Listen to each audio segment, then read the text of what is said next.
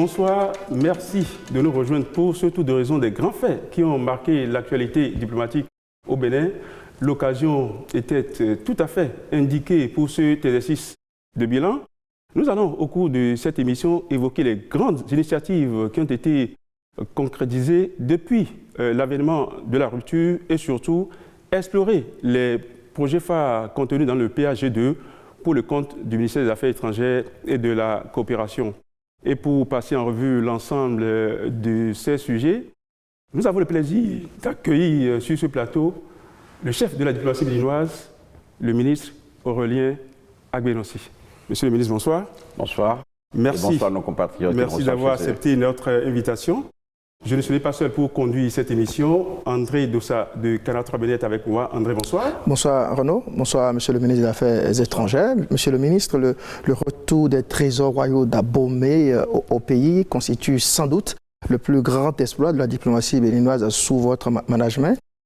Quelle est, selon vous, Monsieur le ministre, la répercussion de cet événement culturel historique sur l'image du Bénin à l'international? Je vous remercie. Je pense que l'aventure qui a commencé modestement par une lettre un 26 août 2016 et qui a trouvé son point culminant d'achèvement en novembre 2021 est une aventure qui a permis de comprendre que notre peuple, que notre pays, que le gouvernement de ce pays est un gouvernement déterminé qui sait faire les choses. C'est une belle aventure parce que non seulement il nous a permis d'atteindre un objectif, mais de montrer que la dimension culturelle est importante dans notre développement, de montrer que notre passé était important pour nous, mais que nous étions capables, dans une démarche diplomatique, de revendiquer un droit sans pour autant nous fâcher avec le partenaire que nous avions en face de nous, la France. Un succès diplomatique sans aucun doute avec le retour de ces biens culturels, Monsieur le ministre. Mais il est important pour la postérité de remonter certaines indiscrétions. Comment est-ce que le président de la République a pu tenir jusqu'au bout pour avoir ce résultat? Le premier ingrédient ici est la conviction que le président avait que cette revendication était légitime. Elle était historiquement fondée, elle était éthiquement juste. Et lorsque nous avons demandé à la France de nous restituer ces biens qui ont été soustraits frauduleusement de notre patrimoine, du patrimoine de nos ancêtres, vous savez très bien que la réponse a été non. Au départ, avec le président Hollande, François Hollande. Avec le président Hollande, particulièrement avec mon homologue de l'époque, le ministre Jean-Marc Ayrault, qui m'a dit que ces biens étaient sous l'emprise d'une loi qui prescrivait l'inaliénabilité et toute une série d'arguments ou d'arguties qui ont été développés, mais qui étaient quand même des raisons basées sur le droit positif français de l'époque. Et ce qui s'est passé, c'est qu'il y a eu un cheminement, une route a été faite qui a conduit la partie française à voter une loi exceptionnelle qui a rendu possible la restitution de ces biens. Mais votre question est essentiellement celle qui consiste à dire qu'est-ce que le président Talon a fait. Je crois que le président Talon a offert à la partie française toutes les possibilités qui existaient. Nous avons dit d'abord que nous allons nous engager dans une démarche de coopération patrimoniale et muséale. C'est la première chose. La deuxième chose, c'est que le président a dit qu'il y a plusieurs modalités. Nous savons qu'une partie de ces biens sont rentrés dans ce qu'on appelle un patrimoine universel de connaissance des cultures et des peuples entre eux. Alors, il a été favorable à ce que nous ayons, bien sûr, en plus des restitutions ou en même temps que les restitutions, des possibilités de copie, des possibilités de prêt, des possibilités de mise à disposition pour une longue durée, c'est ça que j'appelle les prêts, mais aussi des possibilités de partage de ces biens à travers des expositions itinérantes. Et je crois qu'en proposant toute cette panoplie de solutions, nous avons rendu le débat possible entre la partie française et nous. Et durant toute la période qu'a duré ce que je peux appeler la négociation, les allées et venues, nous sommes restés dans une posture responsable, dans une posture d'entente mutuelle. Et c'est aussi ça, le rôle de la diplomatie. On n'a pas besoin, généralement, et par tout temps, pour atteindre un but, d'aller à la confrontation. Oui, mais avant tout ça, il y a eu un déclic. C'est qu'il y a une évolution historique du côté de la France aussi, il faut le reconnaître. Le discours du président Macron à Ouagadougou est un discours important. Et le fait que le président Macron ait dit que c'est bien, ont leur place en Afrique. Ils ont leur place dans les pays auxquels ils appartiennent. Et donc, pour fonder théoriquement cette position, il a commandité une étude auprès de Felwine Sarr et de Bénédicte Savoy, qui, en tant qu'intellectuels honnêtes, rigoureux, ont conduit un travail de grande qualité qui a permis de comprendre et qui a permis aussi de convaincre ceux qui en doutaient que la démarche, la position choisie par le président Macron était une position juste. Et il faut saluer, je crois, l'engagement des deux présidents dans ce que j'appelle un sens de l'histoire, puisque le président Macron a quand même eu cette élégance d'annoncer cette étude, l'adhésion de conduire cette étude lors de l'audience qu'il a accordée au président Talon à l'Élysée. Oui, ces 26 objets sont rentrés au pays et après, monsieur le ministre. Mais après, vous avez vu ce qui s'est passé. Nous avons essayé de montrer à notre peuple qu'il y a certes le talent du passé, mais nous avons pu aussi révéler ce qui aujourd'hui constitue aussi notre âme. Je parle surtout de la suite par rapport aux milliers d'œuvres qui restent encore dans les musées français. Est-ce que le processus se poursuit ou bien on se contente de Parce que justement, il n'y a pas eu de rupture dans cette dynamique.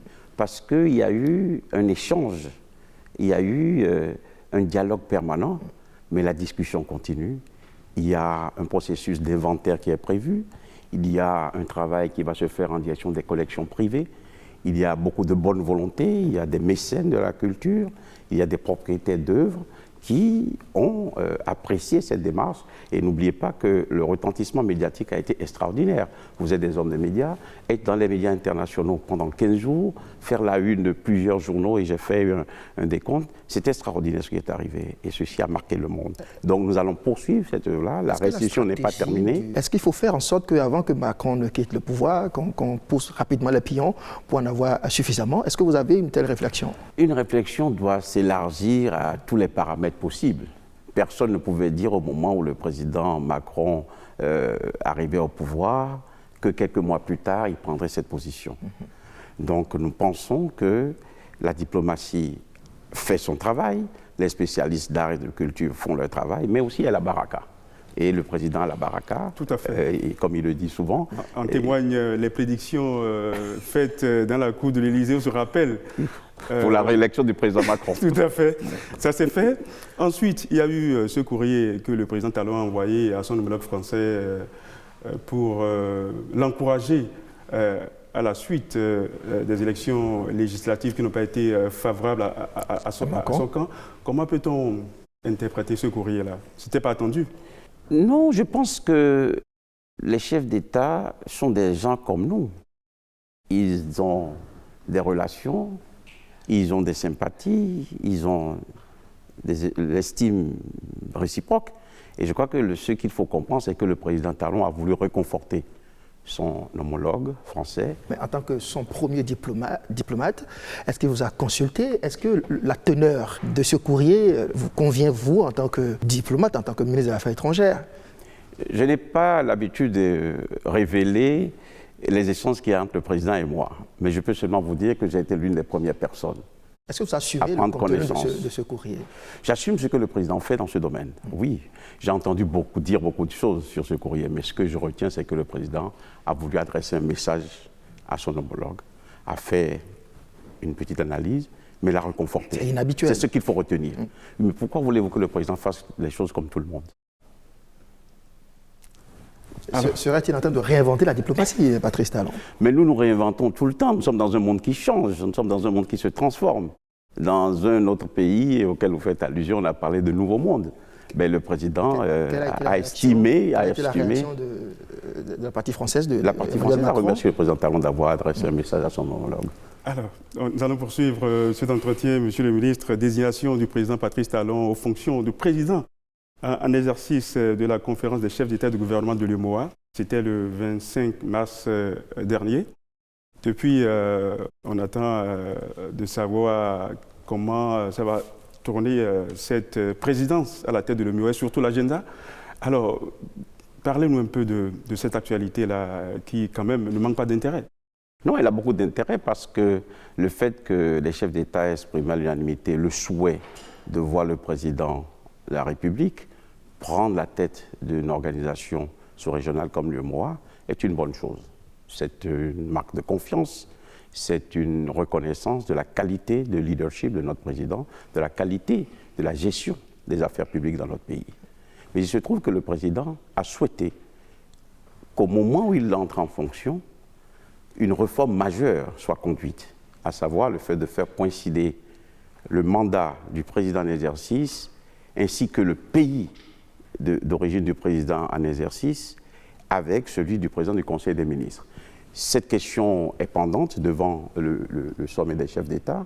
Et donc, c'est donc ce qui retarde sa prise de fonction. Ce qui explique qu'au l'heure du dernier sommet de Ouaga, c'est le président Ouattara qui a présidé le sommet, mais un autre sommet est prévu où les chefs d'État trouveront les manières d'apprécier comment ces réformes... Monsieur le ministre des Affaires étrangères, ça fait quand même des mois que ça a été mais la commission de l'UEMOA fonctionne. Hésiterait-il à amorcer la réforme qu'on l'annonce? Il ne s'agit pas d'hésitation. Le président a exprimé, même lorsqu'il avait été consulté, je suis témoin, pour prendre la tête de l'UEMOA, il a souhaité pouvoir conduire des réformes et la particularité à laquelle vous faites allusion est un des éléments majeurs. Et je ne pense pas que ceci paralyse l'Union. La Commission est à l'œuvre, la Commission est au travail et donc le prochain sommet de l'UEMOA nous permettra d'en savoir un peu plus. Nous ne pouvons pas anticiper sur la décision des chefs d'État sur une réforme. Alors, lorsqu'on tient compte de ce courrier adressé par le chef de l'État à son homologue français à l'issue des élections législatives et qu'on tient également compte de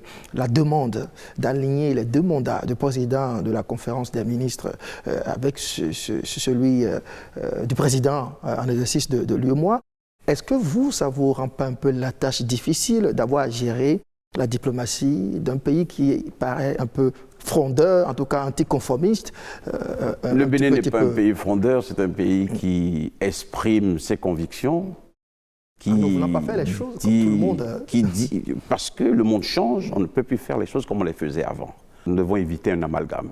Le message du président Macron, c'est une pratique normale que deux chefs d'État échangent des messages au moment où l'un connaît un résultat d'élection qu'il n'a pas totalement perdu. Il a une majorité, mais elle est relative. Et la question de l'UEMOA, qui est une autre question, qui est une question interne à nous, États ouest-africains. Il n'y a pas d'amalgame, mais personne n'avait dit que la gestion des affaires publiques devait être facile. Monsieur le ministre, l'autre bonne nouvelle pour le Bénin, c'est l'élection de notre pays au Conseil des droits de l'homme. C'est vrai que l'actualité autour donc, de cette élection n'a pas, disons, suscité un grand intérêt au niveau des médias, mais quand même c'est tout à fait important de savoir que le Bénin aujourd'hui est au sein du Conseil des droits de l'homme des Nations Unies. Non, dire qu'il n'y a pas eu beaucoup d'engouement, c'est peut-être parce que le Conseil n'était pas trop connu comme cet organe intergouvernemental des Nations Unies qui réunit un certain nombre d'États qui sont un peu les gendarmes, qui sont un peu les conseillers des États pour veiller à la promotion et au respect des droits de l'homme. Notre pays a été élu avec un score très, très respectable. Et donc, bon, les choses ont commencé par se dérouler, cela se passe bien. La première session a eu lieu à Genève, nous l'avons suivi de très près. Le président a été à la manœuvre lorsqu'il s'est agi de faire certains choix pour certains votes. Donc, je pense que ça fonctionne normalement. Mais c'est une reconnaissance aussi de l'aura de notre pays. Certains trouvent scandaleuse l'entrée du Bénin dans cette commission. Est-ce que vous comprenez cette critique? Oh, vous savez, lorsque certaines critiques ne sont pas fondées, je les écoute et passez votre chemin. Je garde le cap sur ce que nous faisons pour la grandeur de notre pays. C'est ça le plus important pour moi. Et je respecte les critiques. Alors, le Bénin, dans le cadre de la promotion donc, de ces cadres dans les institutions, c'est vrai qu'il y a des critiques, certains détracteurs pensent qu'à ce niveau, la diplomatie béninoise n'a pas, disons, récolté de très très bons résultats.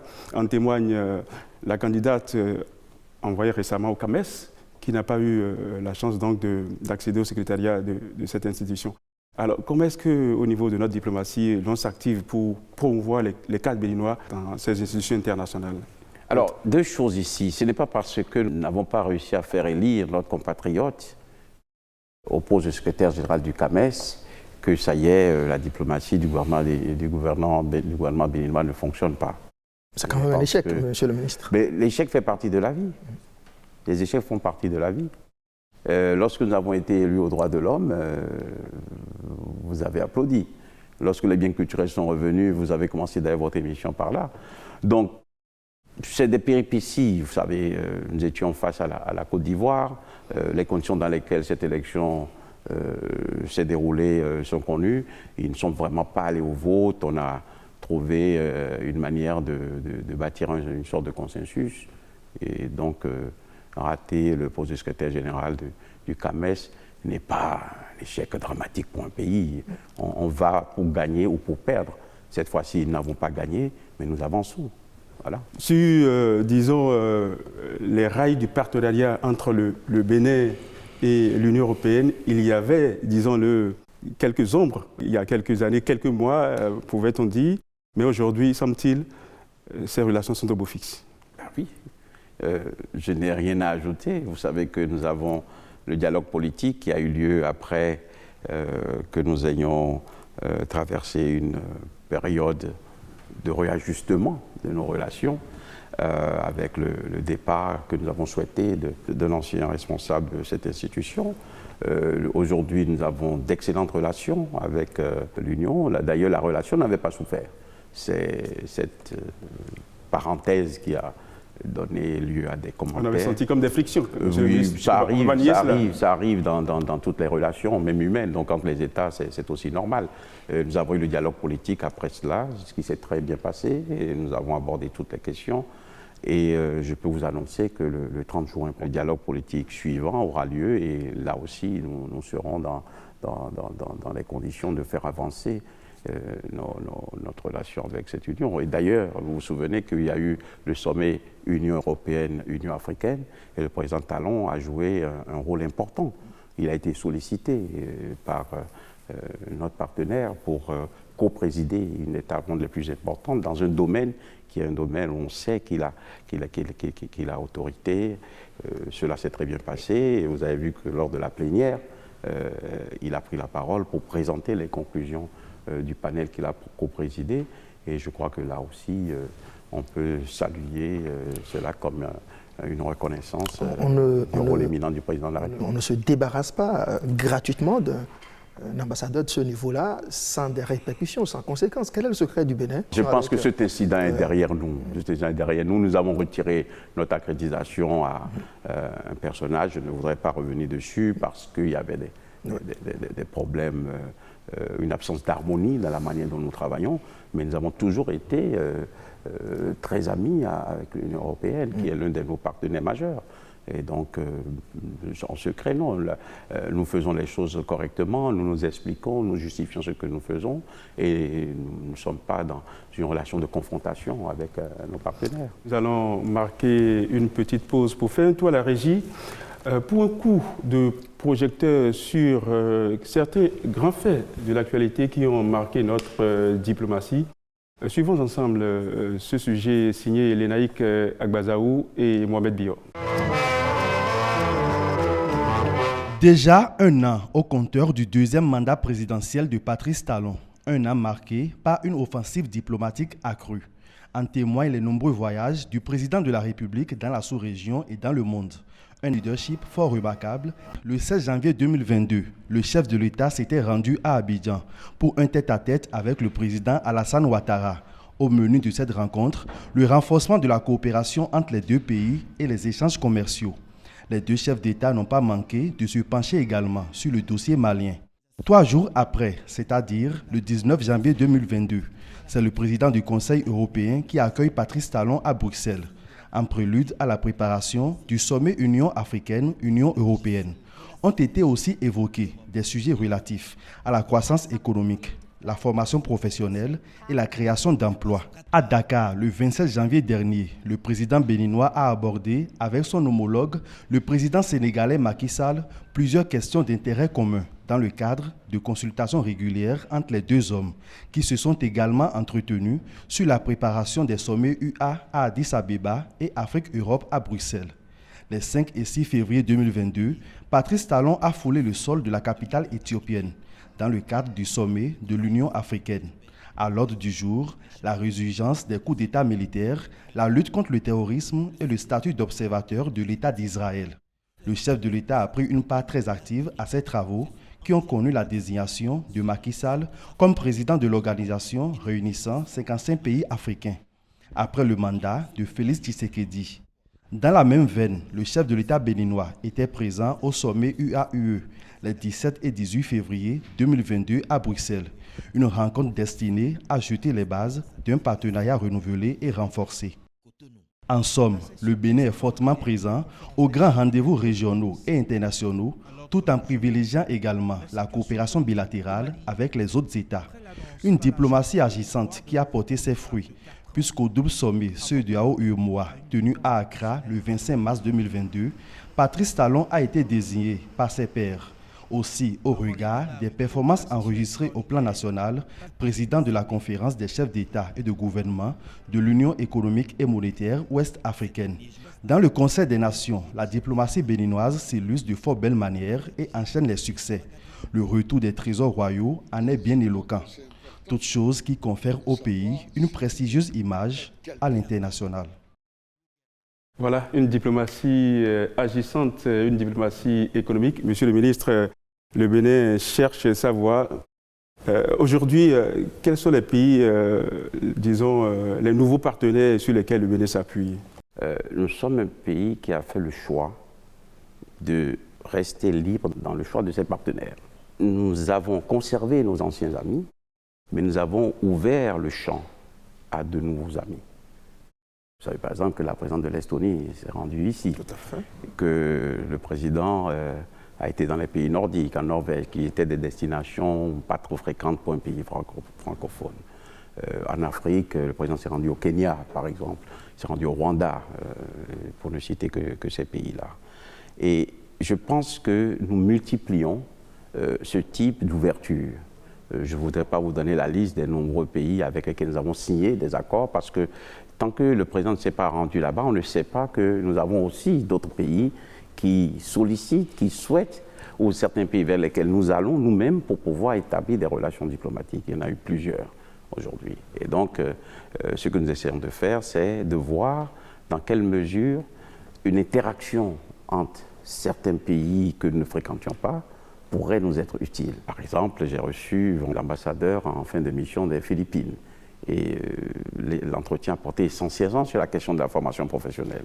Et il est apparu que dans les mois à venir, nous pourrions avoir une interaction avec les structures qui s'occupent des questions de formation professionnelle, ou du moins nous inspirer de leur exemple. Ils ont d'ailleurs eu une mission d'homme d'affaires qui s'est déjà rendue ici.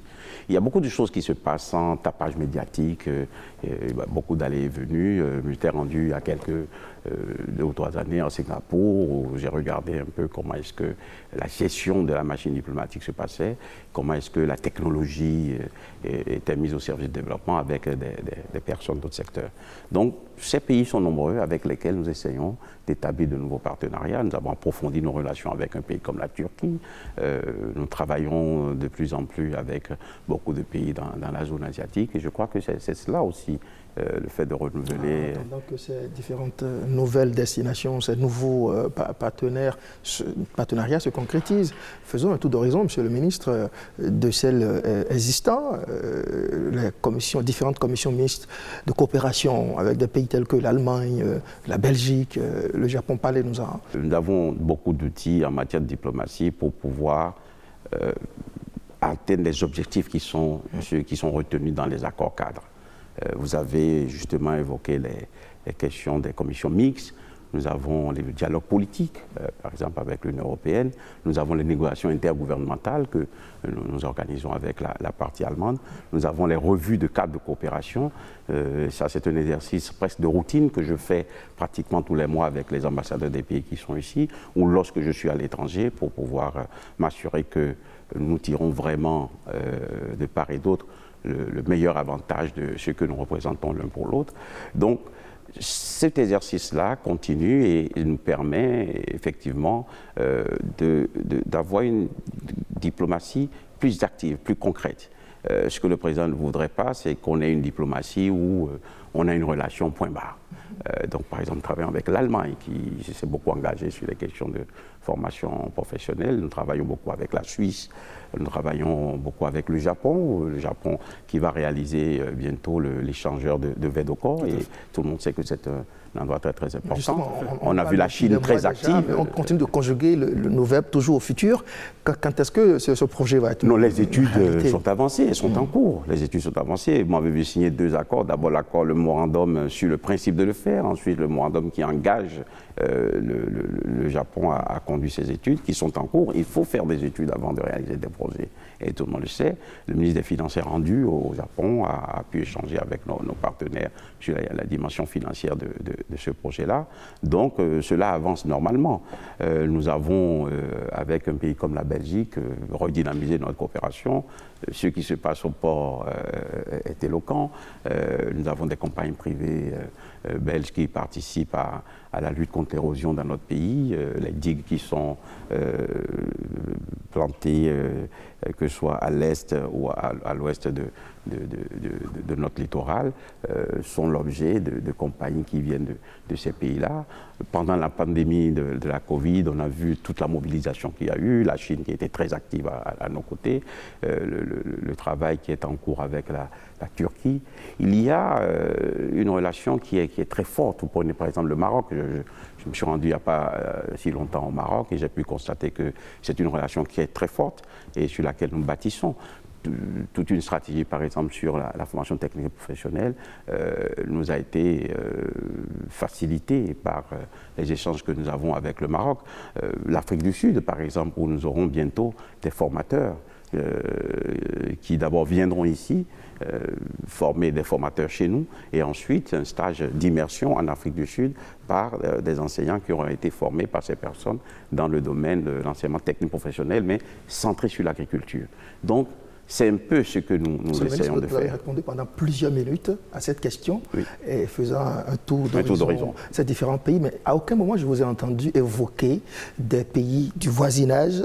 Est-ce que quand on est ministre des Affaires étrangères, on estime qu'on a déjà trop voisins, trop frères avec ces pays-là pour s'en occuper?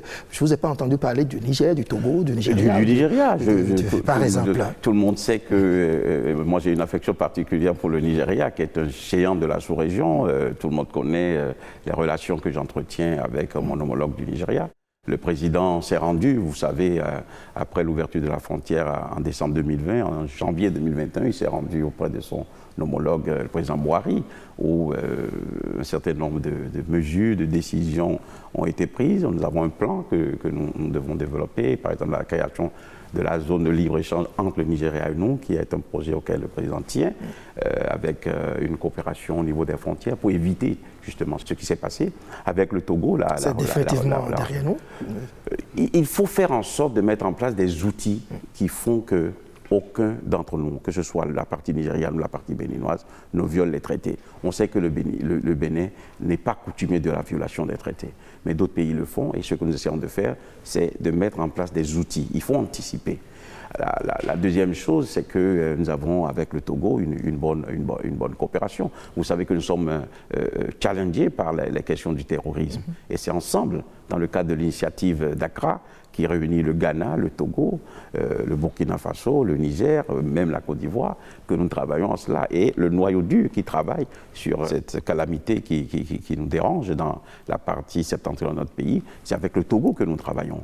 Donc, si je n'ai pas mentionné, c'est que ça me paraît tellement évident et que je sais que vous êtes au courant de cela. Il y a eu ce courrier également, ce courrier envoyé par le président Patrice Talon à son homologue fort après les attaques. Après les attaques terroristes survenues au Togo. C'est tout à fait normal. Nous sommes un pays frère. C'est de plus précis à moi. Donc, si le Togo est éprouvé, je crois que le premier président qui a le devoir de réagir, c'est le président Talon. Et il l'a fait. Et non seulement il a exprimé sa sympathie à son homologue, mais aussi il est allé jusqu'à exprimer les condoléances aux familles qui sont éprouvées et à réaffirmer son désir de travailler avec son frère, avec son homologue togolais sur ce plan-là. Qui dit Togo, en matière de sécurité, dit Bénin. On ne peut pas être indifférent à ce qui se passe au Togo. Puisque nous parlons terrorisme, entre autres, Monsieur le ministre, il y a la force Barkhane, la force française, qui est à la recherche d'une terre d'accueil. On a même vu récemment transiter par le Bénin des soldats et des équipements militaires français. Le Bénin est-il intéressé par cette offre? Je pense que vous n'avez pas raison quand vous dites que la force Barkhane est à la recherche d'une terre d'accueil. Non, Barkhane était un arrangement français du Mali face à la question du Mali. Pour des raisons qui ne nous appartiennent pas de juger ici, il y a eu une rupture de cet accord-là autour de Barkhane. Il était tout à fait normal que la France rapatrie non seulement ses hommes, mais aussi son matériel, son équipement. Le Bénin est un pays de transit pour les forces internationales qui vont au Mali. Vous savez par exemple que la MINUSMA fait transiter ses équipements ici. Donc c'est rien de nouveau. Ce qui a eu de nouveau, c'est que la France a souhaité passer par Cotonou. Certainement que c'est aussi le dynamisme de notre port, c'est aussi la sécurité sur nos routes, c'est aussi qu'il faut saluer. Nous sommes désormais au cœur de cette actualité terroriste. Nous sommes en proie, le Bénin aussi en proie des attaques des terroristes. Est-ce que vous pensez, par exemple, que les Français pourraient nous venir en aide? Quel est le rôle, notamment, que vous jouez en tant que... Ça ne se pose pas comme ça. Le terrorisme est une menace globale, mondiale. Et lorsqu'elle touche un seul pays du continent, c'est important que les autres pays se mettent ensemble, que tous les pays se mettent ensemble pour éradiquer, pour lutter, pour contre-attaquer, pour que nos populations, parce que c'est de ça qu'il s'agit, pour que nos populations soient en sécurité, pour que notre territoire soit en sécurité. Et n'oubliez pas, nos investissements massifs dans le domaine du tourisme, c'est quelque chose qui est très important, c'est des milliards. Et nous n'avons pas envie de perdre nos milliards. Nous avons souffert, notre peuple a souffert pour que cet argent soit investi dans ce domaine. Donc, ce que nous essayons de faire, c'est d'aller vers tous les pays amis, sans exception, pour pouvoir... Cela contraste un peu avec cette décision du Bénin de rapatrier ces soldats qui sont actuellement en opération sur le théâtre malien. Non, pas du tout. Je crois que j'ai lu dans les réseaux sociaux quelques amalgames dans ce domaine-là. La décision du Bénin de rapatrier l'unité de police et la compagnie mécanisée qui se trouve au Mali n'a rien à voir avec la question de Barkhane, parce que nos troupes sont sous le commandement onusien. Et ça n'a rien à voir avec les difficultés que le Mali rencontre avec la France ou que la France rencontre avec le Mali, en tout cas avec les incompréhensions qui existent dans ces deux pays. C'est que nous avons besoin de plus d'hommes pour assurer notre sécurité. Nous avons besoin de toutes nos forces. Et lorsque vous êtes éprouvé vous-même, vous ne pouvez pas, de manière responsable, laisser vos forces en aide ailleurs. Donc c'est ce qui explique la décision qui a été prise. Et je crois qu'il faut, une fois pour toutes, oublier et ne plus faire cet amalgame-là entre départ de Barkhane et rappel de quelques unités. On parle de moins de 1000 hommes, on parle de 140 policiers, de 250 militaires dans la compagnie mécanisée qui reviennent parce que nous en avons besoin. Regardez même dans Cotonou, on a besoin d'avoir plus de policiers dans les rues. Mais la priorité, c'est la partie septentrionale de notre pays. Nous devons protéger la population. Nous devons faire en sorte que des aventuriers ne viennent pas attenter à la vie de nos petites populations. C'est ce qui a motivé l'adhésion du président de ramener nos forces militaires au Mali. Nous allons revenir sur la situation sous-régionale, mais vous parliez tantôt de l'arsenal diplomatique du Bénin qui se déploie tous azimuts, mais c'est sans rappeler la fermeture de certaines ambassades. C'est vrai que notre carte diplomatique a été réduite pour certains à la portion congrue. Quel état des lieux faites-vous aujourd'hui? L'état des lieux que je fais aujourd'hui, c'est un état des lieux qui essaie de dire qu'avec moins on peut faire plus quand on est déterminé, qu'un pays bien organisé a besoin d'avoir des priorités. Et parlant de priorités, c'est que je préfère, comme je l'ai dit une fois sur votre plateau, avoir une ambassade réduite ou une réorganisation qui permet d'affecter des ressources vers l'ouverture des écoles, vers la création des centres de santé, vers la dispensation d'eau potable à nos populations, que d'avoir une multitude d'ambassades à l'étranger. C'est vrai que lorsque j'ai pris mes fonctions, nous avions 39 ambassades, quelques consulats généraux, et en 2019, nous étions, si mes chiffres sont bons, nous avons 42 représentations dans le monde. Je peux vous le citer, nous avions à cette époque-là 27 ambassades, 4 missions permanentes, 8 consulats et 3 missions commerciales. Aujourd'hui, nous avons réduit tout cela et nous sommes passés à 14 représentations dans le monde. Pourquoi? Parce que il y a la possibilité de transformer certaines ambassades en pôles régionaux. Vous prenez l'ambassade à Moscou et l'ambassade à Paris, qui sont les deux que nous avons en Europe. Il est possible, lorsqu'on s'organise bien, de faire couvrir les activités. Je ne vous dis pas que c'est un exercice facile. Je ne dis pas que c'est la configuration idéale, mais c'est la configuration qui est adaptée à nos moyens et à nos priorités de l'heure. Et comme le dit le président souvent, le réaménagement d'une carte diplomatique, c'est un exercice qui continue, qui est constant. Regardez, nous avions fermé par exemple Addis Abeba. Aujourd'hui, nous avons un ambassadeur qui est à Addis Abeba parce que la représentation là-bas était devenue impérieuse pour nous. Donc, ce que nous avons essayé de faire... Non, vous savez, il y a ce fameux syllogisme qui dit, bon, un État doit avoir plusieurs ambassades, le Bénin est un État, donc nous devons avoir plusieurs ambassades. Des pays plus riches que nous, ont fermé des ambassades et ont trouvé des formules plus originales pour se faire représenter. Prenez la Suède. Madame l'ambassadeur de Suède, que j'ai reçue il y a exactement 8 jours ici, mais elle réside à Stockholm. Je l'ai dit sur votre plateau déjà. L'ambassadeur de l'Espagne au Bénin est à Abuja. Ils sont plusieurs ambassadeurs, par exemple, qui sont à Abuja. L'ambassadeur du Canada est au Burkina Faso. Donc, il y a une possibilité de faire un clustering, comme on dit, de faire des clusters qui permettent, avec des ambassadeurs renforcés, des équipes renforcées, de couvrir et de défendre nos intérêts. Il faut en finir avec cette diplomatie de pure représentation qui n'avait pas de rentabilité pour le pays. Vous avez évalué cette mesure-là? Ça oui, a vraiment fonctionné? Oui, bien sûr, bien sûr. Je suis venu à la tête d'un ministère qui avait 32 milliards de budget. Aujourd'hui, je suis à 16 milliards. Et nous essayons de faire...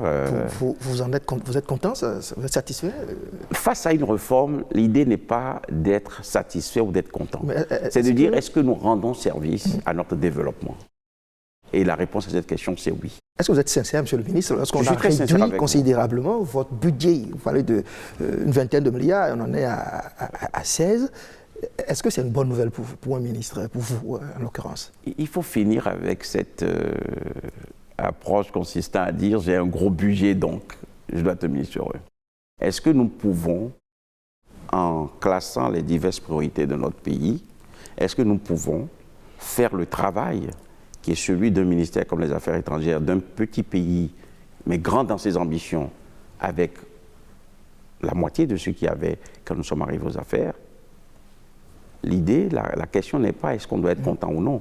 La question est de dire comment on fait pour rendre cela efficace pour pouvoir rendre service, pour faire pousser l'agenda de notre pays. Et ça, oui, nous le faisons. Et lorsque les taux deviennent trop serrés, il faut réévaluer, il faut refaire le point. J'en parle avec le président. Et quand on doit s'ajuster, on s'ajuste. Parce que, voyez-vous, la gestion des affaires publiques, c'est quelque chose qui doit être dynamique. Et au fur et à mesure que l'on avance, on se dit, ah, attention, il y a des priorités ici, déportons-nous. Je vais vous donner un exemple. Je m'occupe du Hajj, par exemple. Nous avions l'ambassade et le consulat général. Nous avons fermé le consulat général. Mais quand il s'est agi de déployer, de générer la force qui peut nous aider à gérer le Hajj cette année, mais nous avons renforcé l'ambassade. Nous avons dépêché des gens en affectation temporaire qui assistent l'agence qui exécute opérationnellement ce que nous avons décidé de faire pour le Hajj. C'est comme ça qu'il faut fonctionner. Les réalités du premier quinquennat ne sont pas forcément celles du second. Je suis d'accord avec vous. Alors, vous maintenez cette dynamique de rationalisation, de réduction du personnel dans les ambassades. Est-ce que cela correspond à vos ambitions pour le second mandat, puisque les ambitions ne sont forcément pas les mêmes que le premier? Dire que les ambitions ne sont pas les mêmes n'est pas tout à fait exact. Les ambitions, il faut les affiner, il faut les adapter à un monde qui change. Regardez les milliards que nous avons dépensés pour la Covid.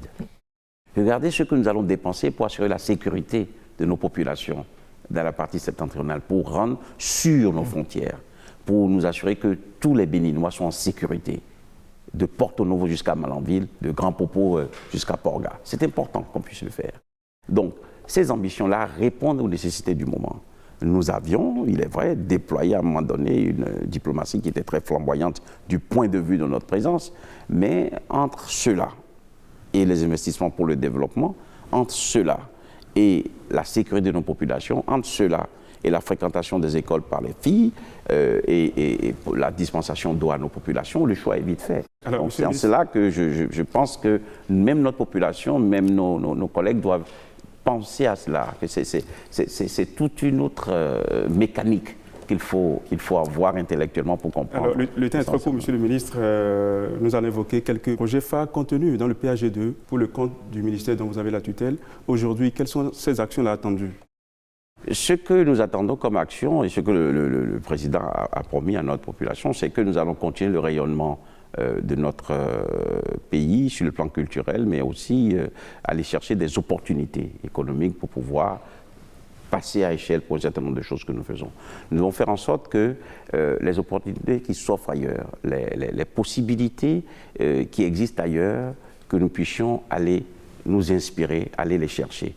Vous regardez par exemple le choix révolutionnaire qu'on a fait de donner la priorité à l'enseignement technique et professionnel. Mais quels sont les pays où ça marche?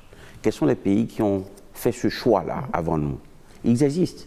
Il y a le Maroc, il y a l'Afrique du Sud qui ont des facilités, il y a la France, il y a les pays nordiques. Mais nous allons vers ces pays-là aujourd'hui pour établir des partenariats spécifiques sur ces matières-là. Donc ça, c'est l'une des grandes missions. Assurer notre rayonnement, mais faire en sorte que nous allons chercher les opportunités pour avancer. Approcher aussi de nouveaux partenaires. Le ministre des Finances va pour mobiliser des ressources après que, ou en même temps que nous parlons à des pays qui sont des partenaires nouveaux. Ça aussi, c'est une ambition de notre diplomatie parce qu'il faut mobiliser des ressources. Une autre chose qui me paraît aussi très importante, c'est dans le voisinage. Comment est-ce que nous faisons pour que la fluidité de la relation avec un pays aussi important que le Nigeria soit une réalité? Ça, c'est une chose importante.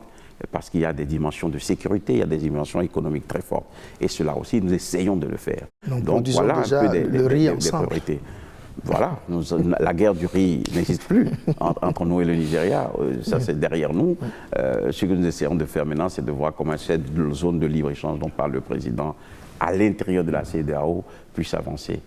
Comment est-ce que nous essayons d'influencer aussi la nécessaire transformation des institutions régionales et sous-régionales. Ça aussi, c'est des priorités de notre diplomatie. Alors, monsieur, nous ne pourrions pas refermer cette émission sans parler de ces coups d'État-là qui ont ébranlé la sous-région. On se rappelle le Mali d'abord, ensuite la Guinée, le Burkina Faso. Et ces questions-là ont quelque peu secoué toute la sous-région. On se rappelle, il a fallu la Guinée-Bissau pour stopper l'effet contagion de ces coups d'État. Quel regard portez-vous sur ces événements? Le ministre des Affaires étrangères que je suis est malheureux lorsqu'il y a des ruptures dans les ordres constitutionnels des pays. Parce que cela casse certaines dynamiques, cela complique le travail des organismes d'intégration. Regardez la CEDEAO, je peux dire depuis presque 2 ans, ne travaille que sur sanctions contre la Guinée ou pas, sanctions contre le Mali ou pas, retour à l'ordre constitutionnel au Burkina Faso, etc. Donc ceci me rend malheureux, parce qu'on ne doit pas, je dis encore une fois, on doit tout faire pour éviter qu'il y ait des ruptures dans les ordres constitutionnels des pays. Ça, c'est la première chose. Le regard que je porte, c'est qu'il y a des causes, malheureusement, il y a des causes qui font que certaines forces dans certains pays transforment la réalité et font irruption dans l'ère de gestion des affaires publiques, et ceci est regrettable. Donc ce que moi je pense, c'est que on doit travailler aussi sur les causes. On doit condamner certes ces coups d'État, mais on doit aussi avoir le courage de réfléchir sur les raisons qui conduisent à ce genre de situation. Je ne suis pas un censeur, je ne voudrais pas juger ce qui se passe dans les autres pays, mais tout le monde sait que la gestion des affaires publiques est importante. Et l'observation du monde, un monde qui se transforme aujourd'hui, est une chose importante. Et donc, il n'est pas souhaitable qu'il y ait une répétition de coups d'État, parce que dès qu'il y a coup d'État, les efforts de développement s'arrêtent. Dès qu'il y a coup d'État, les plans d'accélération, surtout ce qui est prévu dans un espace communautaire, s'arrêtent. Et dès qu'il y a coup d'État, la sécurité est en danger. Oui, mais tout de même, on peut s'interroger sur la position du Bénin par rapport à ces trois pays. Je veux parler de la Guinée, du Mali et du Burkina Faso. Au sein de la CEDEAO, comment ça se passe? Est-ce que le Bénin s'aligne derrière les autres pays, ou bien il y a des réflexions qui sont menées, il y a une voix dissonante qui parfois résonne? Je ne parlerai pas de voix dissonante. C'est vrai que dans leur sagesse, les présidents de nos pays essaient d'appliquer les règles, essaient de faire en sorte que des mesures soient prises pour éviter qu'il y ait des répétitions de coups d'État. Mais je sais aussi que dans les séances huis clos, ils se posent des questions sur les causes. Ils ne sont pas là seulement pour faire des jugements à l'emporte-pièce. Ils essaient d'analyser ces situations, qui sont des situations difficiles, qui sont des situations complexes, parce qu'elles influencent aussi la situation de sécurité chez nous. Regardez ce qui se passe au Burkina Faso, ça a une influence sur le Bénin. La poussée des attaques terroristes dans le nord du Bénin, mais ils sont liés à la situation interne. Quand chaque pays est géré, normalement, il n'y a pas de menace sur la sécurité. Il n'y a pas de facilitation à la pénétration terroriste. Donc, le Bénin a une diplomatie sage, oui, une diplomatie d'écoute, mais aussi une diplomatie de rappel. Oui, mais là, est-ce que c'est la fermeté qui est prônée par le Bénin, ou bien quelque peu adouci un peu la position pour permettre à ces pays-là, parce que rappelons-le, le Mali par exemple, il y a eu quand même des évolutions. Au lieu de 5 ans ou 4 ans, on est revenu à 2 ans, par exemple. Oui. Et ce n'était pas suffisant pour la CEDEAO. Non, la question des sanctions contre les pays obéit à des règles qui sont claires, qui sont établies, mais cela n'empêche pas les chefs d'État d'être réalistes et de regarder la réalité.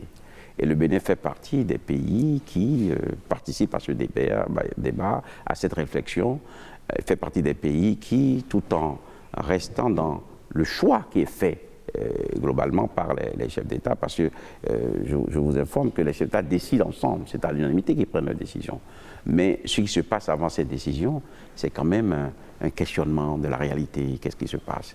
Et dans ce débat, le président Talon s'exprime pour faire en sorte que l'on comprenne ce qui se passe. Comment vous vivez l'opinion publique, la réaction de l'opinion publique ouest-africaine par rapport aux décisions de la CEDEAO? On observe souvent que les chefs d'État se réunissent, on connaît la routine de la CEDEAO, notamment en matière de coup d'État, mais que la majorité des citoyens n'adhèrent pas à ces postures, à ces positions des chefs d'État. Comment vous vivez ça, vous, en tant que ministre des Affaires étrangères? Comment je le vis? Je vis cela comme une invite à l'écoute. Il faut écouter les gens. Et vous avez vu au Bénin, par exemple, lorsque la crise, vous avez parlé de crise d'Ukraine tout à l'heure, lorsque la question de l'Ukraine, la question du terrorisme est arrivée, le gouvernement du Bénin a décidé que toutes les affaires cessantes, tous les ministres retournaient sur le terrain pour parler à leur opinion. Et nous avons parlé à notre opinion. C'est ça qui explique peut-être que nous avons un calme social relatif, malgré les difficultés que nos populations ont, malgré la vie qui est assez dure. En Ukraine, monsieur le ministre, on sait que le Bénin est un petit peu, en quelque sorte, la califourchon sur ces deux pays-là, l'Ukraine et la Russie, avec qui nous entretenons de très bonnes relations. Ça ne doit pas être facile à vivre, hein, cette position du Bénin, délicate. Non, vous savez, ce que le Bénin a dit, c'est qu'on doit promouvoir la paix entre les pays, qu'il y a d'autres voies que la guerre pour trouver des solutions aux problèmes. Nous essayons de faire nos votes en disant qu'il y a des principes qui doivent être respectés, les droits de l'homme, le respect de l'intégrité des autres, mais aussi l'écoute des populations de ces pays-là. Et ce n'est pas des situations faciles, mais c'est des situations qui appellent de notre part un effort de réflexion, un effort d'analyse. Nous sommes préoccupés, le président se passe sur cette situation-là, nous réfléchissons à cela et nous faisons attendre notre voix. Les votes que nous faisons traduisent la position de notre pays, mais ce n'est pas des solutions, des situations qui sont faciles à vivre, et je vous le concède. Monsieur le ministre, ça fait quand même un petit bout de temps que vous êtes au gouvernement, ça fait, semble-t-il, 6 ans déjà. Comment vous gérez la routine de poste? Est-ce que vous n'êtes pas tenté par des challenges plus importants? J'ai pris un engagement de travailler aux côtés du président. Il faut éviter de tomber dans la routine. C'est ce qui explique que, vous avez dû remarquer, dans le fonctionnement du ministère, nous créons des outils nouveaux, des espaces nouveaux, pour pouvoir d'ailleurs communiquer avec non seulement la population, faire travailler les diplomates qui sont en poste dans notre pays, mais aussi notre interaction à l'étranger. Vous avez par exemple, on parle des matrices pour le suivi des programmes, on parle des voyages que nous organisons à l'intérieur du pays avec les diplomates qui sont en poste ici, mais aussi la possibilité d'explorer des espaces nouveaux. Il faut éviter de tomber dans la routine. La route vers le développement n'est pas facile. Il faut du travail, il faut du pain, il faut de l'eau pour tout le monde dans un pays. Et nous savons qu'aucun individu tout seul ne peut y arriver. C'est peut-être pour cela qu'il ne vous a pas échappé que le président a un gouvernement, une équipe qui travaille avec lui. Nous sommes très occupés pour améliorer le quotidien de nos compatriotes. Il y a tellement de choses à faire. Donc, concentrons-nous sur ce que nous faisons avec le président. Il n'y a pas de place, je crois, pour des rêveries. Voilà. On doit agir ensemble pour relever les défis de notre pays. Et je pense que sous le leadership du président, il y a tellement de choses à faire, c'est ce que nous essayons de faire. Alors, Monsieur le ministre, 52 minutes, c'était trop court pour évoquer tous les sujets. Votre mot de fin, une conclusion? Très simple. Est-ce qu'aujourd'hui, on admire le Bénin? Est-ce qu'aujourd'hui, on respecte un peu plus le Bénin dans le monde? Est-ce qu'aujourd'hui, il y a une envie, une fierté d'être béninois? Je dis oui. Alors, je pense que ce que nous devons faire, c'est de poursuivre ce travail-là, de le poursuivre ensemble, sous le leadership du président. C'est de faire en sorte que les aptitudes des uns et des autres, c'est de faire converger toutes les intelligences pour que notre pays continue par rayonner, comme le président a voulu qu'il rayonne quand il a lancé cette aventure de diriger, de transformer notre pays. Je vous remercie. Merci, Monsieur le ministre. André Dossa, merci. Merci, Renaud. Voilà, c'est la fin de ce tour d'horizon de l'actualité diplomatique au Bénin. Le ministre Aurélien Agbenon-Cissé s'est prêté à l'exercice. Avec lui, nous avons évoqué quelques projets phares et des actions qui sont menées dans le landerneau diplomatique. Merci de nous avoir suivis. Bonsoir.